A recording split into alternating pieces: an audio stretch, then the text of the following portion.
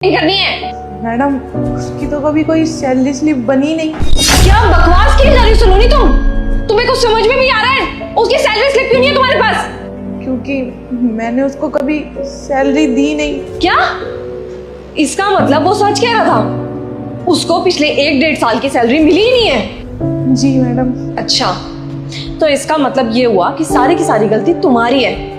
मुझे एक बात बताओगी सलोनी, तुमने उसकी सैलरी क्यों रखी अपने पास? मैं तो टाइम से सबकी सैलरी रिलीज करती हूँ ना। मैडम जी मुझे नहीं पता था कि बात इतने आगे बढ़ जाएगी, वो आपसे 2 लाख रुपए लेके भाग जाएगा। दरअसल मैम मैंने 1 साल पहले कार ली थी, उसकी EMI मैं भर नहीं पा रही थी, बस उसी की सैलरी से मैं भर रही थी वो EMI।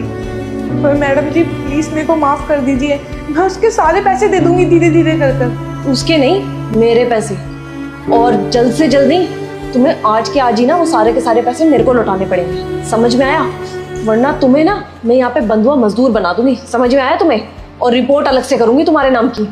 तुम्हें पता है सलोनी, वो पियून अंकल और जो माली के काम करते थे वो वाले अंकल, और जो आंटी हमारी पेंट्री में काम करती थी वो आंटी, ये सबके सब काम छोड़ के जाते थे ना, तो मुझे ऐसा लगता था ये सारे के सारे केयरलेस लोग हैं।